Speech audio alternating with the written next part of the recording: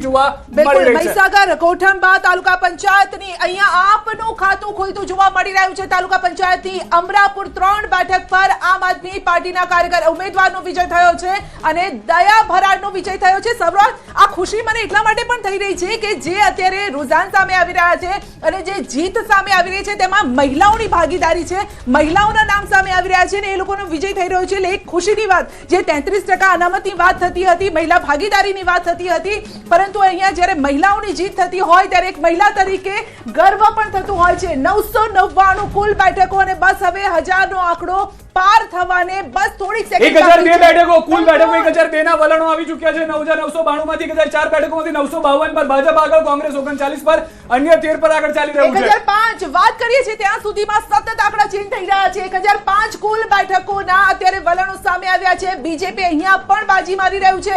100% strike rate નહીં પરંતુ 95% strike rate જરૂર એનો છે। મહાનગરપાલિકામાં 1044 બેઠકમાંથી 178 પર ભાજપ, જે આંકડા છે તેમાં 168 પર ભાજપ આગળ ચાલી રહ્યું છે। 2624 માંથી 470 બેઠકમાંથી 441 બેઠક પર નગરપાલિકામાં આગળ ચાલી રહી છે। 957 પર ભાજપ આગળ ચાલી રહ્યું છે। બિલકુલ 1010 બેઠકોની મતગણતરી ટ્રેન્ડ અત્યારે સામે આવી રહ્યા છે। 961 પર બીજેપી આગળ છે। અમરેલી બાબરા પાલિકામાં ભાજપે ખાતું ખોલ્યું છે। અમરેલી બાબરામાંથી સમાચાર મળી રહ્યા છે કે જ્યાં વોર્ડ નંબર 1 માં ચારે ભાજપના ઉમેદવારોની જીત થઈ ચૂકી છે, જે જાણકારી મળી રહી છે। અમરેલી બાબરા પાલિકામાં ભાજપે ખાતું ખોલ્યું છે। બિલકુલ 1019 બેઠકોની ગણતરી અને જેમાં 1020 બેઠકો, જેમાં 966 પર બીજેપી આગળ 94% સ્ટ્રાઇક રેટ સાથે અને કોંગ્રેસ 40 પર આગળ છે।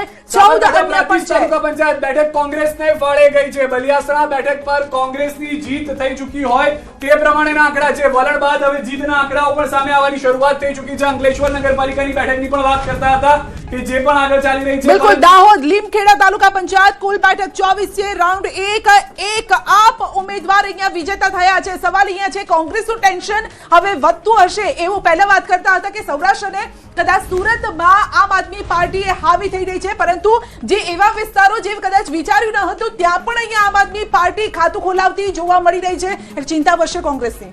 નહીં, સ્વાભાવિક છે કે જ્યારે આપનો ઉદય થાય ત્યારે કોંગ્રેસના મતો કપાય, એ સ્વાભાવિક છે।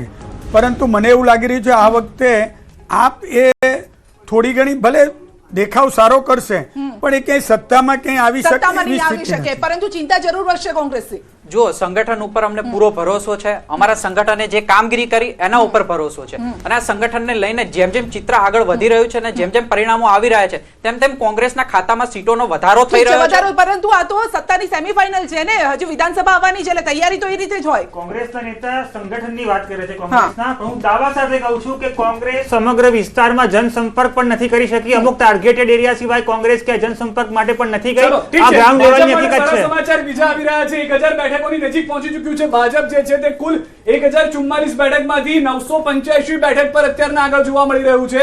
જે આંકડાઓ સામે આવ્યા છે 9992 બેઠકમાંથી ભાજપ 984 બેઠકો પર અત્યારના આગળ છે। કોંગ્રેસ 42, અન્ય 17, જેમાં આમ આદમી પાર્ટીની પણ 3 છે। અન્યની અંદર 3 નો ફાળો આમ આદમી પાર્ટીનો પણ અહીંયા જોવા મળી રહ્યો છે। જિલ્લા પંચાયતમાં પણ જે 1090 બેઠક છે તેમાંથી 62 એવી છે કે જેમાંથી 60 ભાજપ તરફ થઈ રહ્યું છે। 988 પર હાલમાં ભાજપ આગળ છે। તાલુકા પંચાયતમાં પણ 297 બેઠકો 314 માંથી કે જેના વલણ આવ્યા છે તેમાં ભાજપ આગળ ચાલી રહ્યું છે। 95 નો સ્ટ્રાઇક રેટ છે। સંજય, તમામે તમામ આપ જુઓ સ્ટ્રાઇક રેટ ભાજપનો કોઈમાં પણ 94 ની નીચેનો જોવા નથી મળી રહ્યો કે જે સતત આગળ વધતું જોવા મળી રહ્યું છે વલણોમાં। બિલકુલ નગરપાલિકામાં થોડું એવું સારું પ્રદર્શન અત્યારે, ભલે બીજેપી જેટલું નહીં પરંતુ કોંગ્રેસ થોડું સારું પ્રદર્શન 4 થી 5% સ્ટ્રાઇક રેટ સાથે અહીંયા જોવા મળી રહ્યું છે। પરંતુ મનપાઓની સ્થિતિ કયા પ્રકારની રહેવાની છે? કોંગ્રેસ અત્યારે 8 પર આગળ ચાલી રહી છે 5% ના સ્ટ્રાઇક રેટ સાથે અને બીજેપી 172 બેઠકો પર આગળ ચાલી રહી છે અને અહીંયા પણ સતત આંકડા બદલાશે। બીજેપી 1000 બેઠકો ક્યારે અહીંયા પૂરી કરે છે તે જોવાનું રહેશે। રુઝાનમાં ટ્રેન્ડમાં ક્યારે અહીંયા આગળ જોવા મળશે? રાજકોટ વોર્ડ નંબર 16 પ્રથમ રાઉન્ડ પૂર્ણ। કોંગ્રેસ 4 બેઠક પર અત્યારના આગળ જોવા મળી રહ્યું છે। કોંગ્રેસના અર્જુનસિંહ ચૌહાણ 4348 મત, ઇબ્રાહિમ સોરા 4349 મત, રસીલાબેન ગેરૈયા 4112 મત અને દીપ્તિબેન સોલંકી 3880 મત।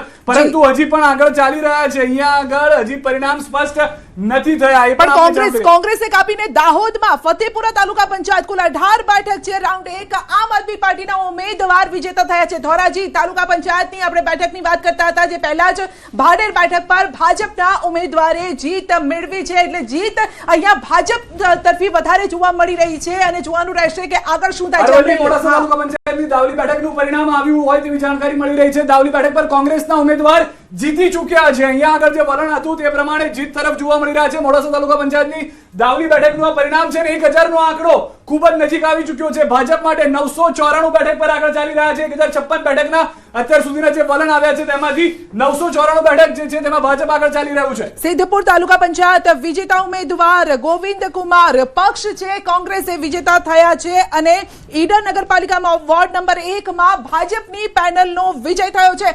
તમામ વિસ્તારના લોકો, તમામ ગામના લોકો ન્યૂઝ 18 ગુજરાતી એટલા માટે જોજો કારણ કે આપના વિસ્તારનું નામ, આપના જે નગરપાલિકા જિલ્લા પંચાયત છે એનું નામ અમે સતત અનાઉન્સ કરી રહ્યા છે કે ત્યાં કોણ આગળ છે અને વિજેતા કોણ થઈ રહ્યું છે. નરેશભાઈ આપની પાસે આવું છું ખાલી ક્વિક અપડેટ સાથે કે 1000 બેઠક સુધી ભાજપ પહોંચી ગયું છે. 9992 બેઠકમાંથી વલણ જે છે સ્પષ્ટ જોવા મળી રહ્યા છે. આપ માટે સારો ફાયદો જોઈ રહ્યા છો કોંગ્રેસ માટે? એક રિએક્શન કારણ કે આ એટલા માટે આપવું જરૂરી છે. અરવલ્લી સાઠંબાની ઓઢા તાલુકા પંચાયતની ચૂંટણીમાં અપક્ષ ઉમેદવાર લીલાબેન વક્તુસિંહ પરમારની જીત થઈ છે. 1008 બેઠક પર હવે આગળ આવી ચૂક્યું છે.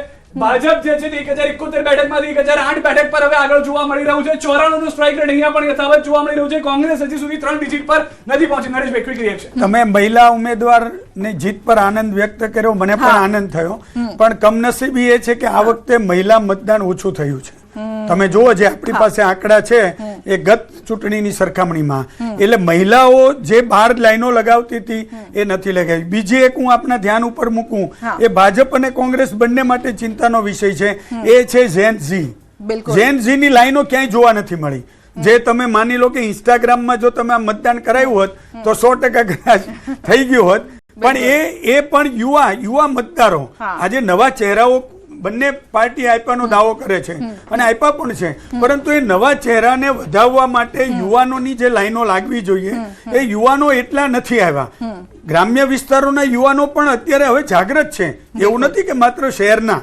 આજે બધે મોબાઈલ પહોંચી ગયું છે, બધે સોશિયલ મીડિયા પહોંચી ગયું છે, પરંતુ મતદાન મથક સુધી આ યુવાઓ પહોંચ્યા હોય ને એમનો મત આપે તો મને એવું લાગે છે કે પરિણામ છે એ લોકોને હવે જાગૃત કરવા પડશે કારણ કે હવે સમય ઓછો છે. વિધાનસભાની ચૂંટણી હવે નજીક આવવાની છે અને સાથે જ અપડેટ આપને આપી દઈએ. તમામ મળી અને ભાજપ 1000 બેઠકને પાર કરી ચૂક્યું છે. 94 થી વધુના સ્ટ્રાઇક રેટ સાથે બીજેપી ધુરંધર આગળ વધી રહ્યું છે. કોંગ્રેસ હજુ પણ 50 ની અંદર સમેટા